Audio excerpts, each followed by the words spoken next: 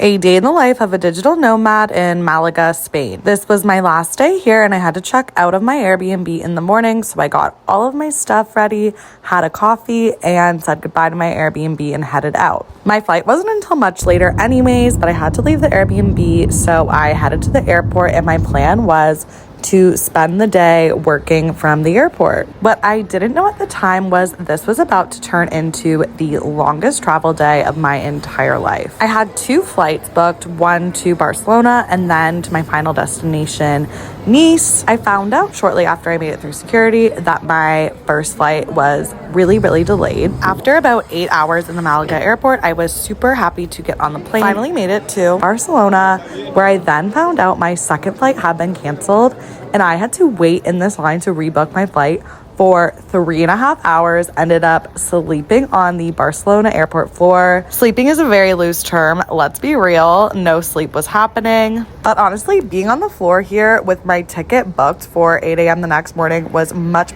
better than waiting in the line for 3.5 hours, not knowing when I would ever make it to Nice. And then approximately 22.5 hours after leaving for the airport in Malaga, I made it to Nice, and I don't think I've ever been happier to reach a destination in my entire life. The horrendous travel day all became worth it when I was reunited with Carly and Steph and we made it to our final destination in Antibes. We headed right to a beach club for some lunch and then sat our asses in the sand to soak up the sun and catch some beach Z's. Post our lovely beach afternoon, we headed back to our Airbnb for a little aperitivo. It was an absolutely gorgeous golden hour out on our little balcony. The girlies got ready for our first night in France. We headed back out to explore Antibes and find somewhere to eat dinner. Antibes was truly the cutest little vacation town. I definitely want to go back someday. We found this creperie and it was okay. Probably wouldn't recommend. But then we found the greatest hidden gem in all of the south of France. The Absinthe Bar in Antibes quickly became one of my favorite bars of all time. It's a super intimate, vibey setting with amazing live music. Despite having